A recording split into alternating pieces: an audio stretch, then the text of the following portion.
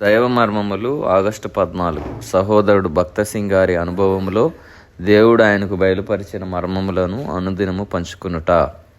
రాజా, నీ దేవతలను మేము పూజింపమనియు నీవు నిలువబెట్టించిన బంగారు ప్రతిమకు నమస్కరింపమనియు తెలుసుకొనుము. దానియేలు 3:18. మండుచున్న అగ్నిగుండంలో వేయుదమని 3 యవనస్తులను బెదిరించినను ఈ 3 జంకరైరి. వారికిచ్చిన తెలివైన జవాబు చూడండి. ఓ నెబ్కద్నేజరు, నీకు ప్రత్యుత్తరం ఇయ్యవలనన్న చింత మాకు లేదు అనగా, బుద్ధిహీనముగా మాట్లాడుచున్న రాజుకు తిరిగి జవాబు చెప్పనవసరము లేదన్న మాట. బుద్ధిహీనముగా మాట్లాడే వారితో వాదించుట సమయమును వ్యర్థపరచుటయే. ఆ రాజు బెదిరింపులు యవనస్తుల విశ్వాసమును కదిలించలేకపోయాను. వారి దేవుడు సజీవుడని వారు ఎరుగుదురు.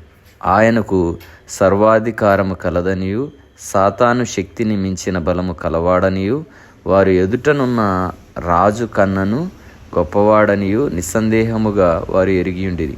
నువ్వు జయించు వాడవుగా ఎండగోరినచో దేవుణ్ణి సందేహించకుము.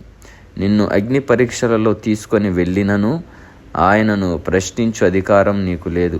ఆయన మార్గము పరిపూర్ణమైనదనియు శ్రేష్టమైనదనియు నమ్ముము. నీ జీవితములో ఆయన చేయునదంతయు నీ మేలుకేనని విశ్వసించుము. అదియే నిజమైన విశ్వాసం. ఈ 3 యవనస్తులు మనకు మంచి మాదిరిగా ఉన్నారు. వారి జీవితములను మనలను ప్రోత్సహించునవిగా ఉన్నవి.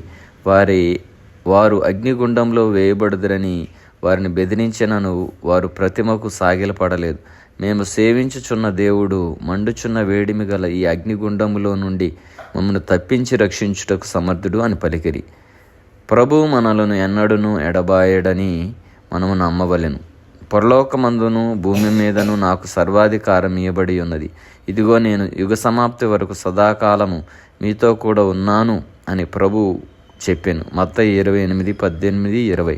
ప్రభువు తన శక్తి ద్వారా మనను కాపాడును కనుక మనము ప్రభువు కొరకు ధైర్యముగా నిలబడుటకు భయపడరాదు.